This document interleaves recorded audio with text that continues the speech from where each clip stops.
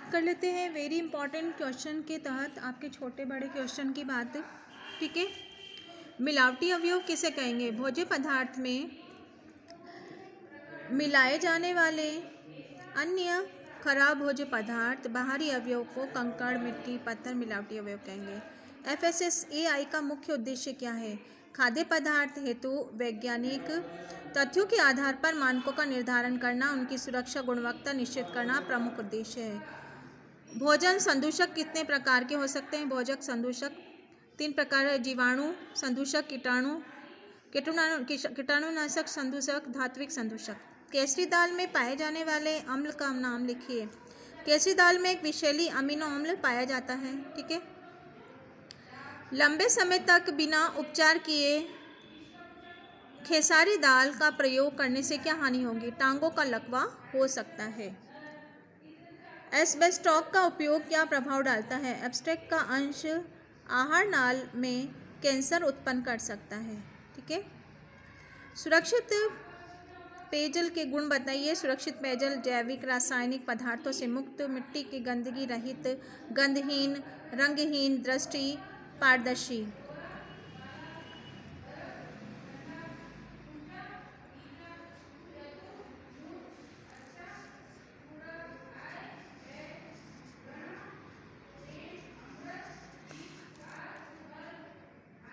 भोजन में किस प्रकार के फल व सब्जियों का प्रयोग किया जाता है? भोजन में ताजे व फल सब्जियों का प्रयोग किया जाता है। मनुष्य को कैसा भोजन करना चाहिए? मनुष्य को संतुलित, पौष्टिक, स्वादिष्ट, स्वच्छ भोजन करना चाहिए। खाद्य पदार्थ कैसे अस्वच्छ हो जाते हैं?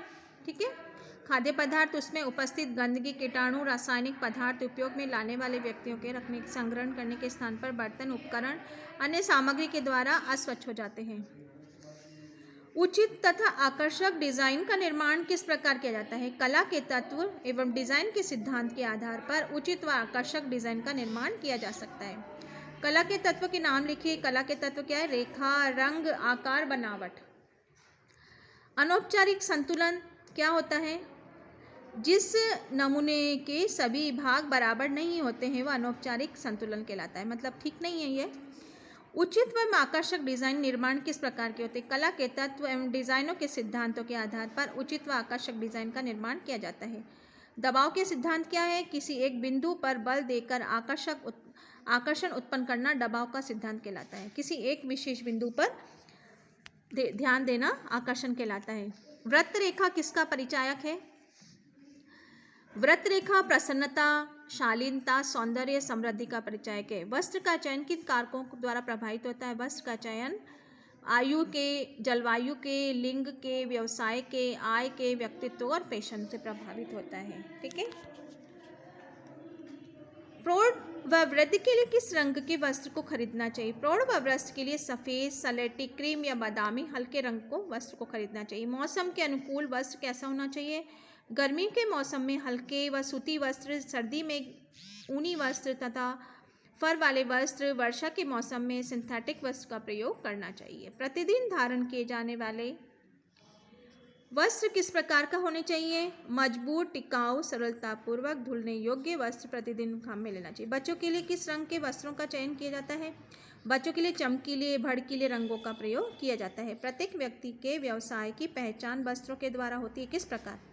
वस्त्र के रूप में पहनने के ढंग व्यक्ति के व्यवसाय को दर्शाता है। शिक्षिका की साड़ी, वकील का काला कोट आदि। फ्लाई व्हील का क्या कार्य है? यह एक गोल पहिया होता है जिसे घुमाने पर मशीन चलती है। जब वह आगे की ओर घूमता है तभी मशीनें चलती है और मशीनों का सिलाई का पाना संभव होता है। ठीक है, फैशन में क्या है? सिलाई के विशिष्ट कार्य जैसे सज्जा, टाँके, बटन लगाना, कांच लगाना आदि विशिष्ट प्रकार के उपयोग से फैशन मेक है के नाम से जाने जाते हैं। ठीक है, ड्राफ्टिंग कागज कैसा होता है? ड्राफ्टिंग कागज खाकी सफ़ेद रंग का होता है। बड़े नाप के आसानी से ड्राफ्टिंग कागज प्राप्त किया। पेपर पैटर्न क्या है? कटिंग के बाद जो आकृति हमें प्राप्त होती है पेपर पैटर्न कहलाती है। सिलाई मशीन प्रेशर फुट का क्या कार्य होता है? यह पैर की एड़ी के शक्ल की तरह होता है, पैर की होता है और निडिल बाहर से लगा होता है, सिलाई के समय यह कपड़े के दबाए रखता है। ठीक है, उसके बाद है पोशाक बनाने हेतु कौन कौन सी नाप की ज़रूरत होती है।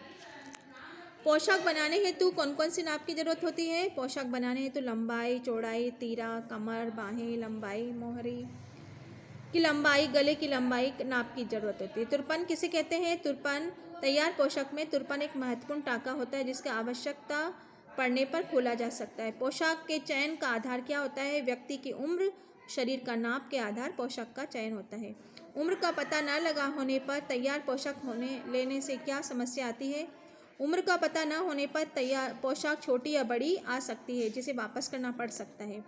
तैयार पोशाक खरीदते समय क्या जांच करनी आवश्यक होती है। तैयार पोशाक खरीदते समय उसके गुणों को, जैसे कपड़ा, डिज़ाइन, स्टाइल, सीवन, बटन, पट्टियाँ, बंधक, परिसज्जा, लेबल की जांच करना आवश्यकता है।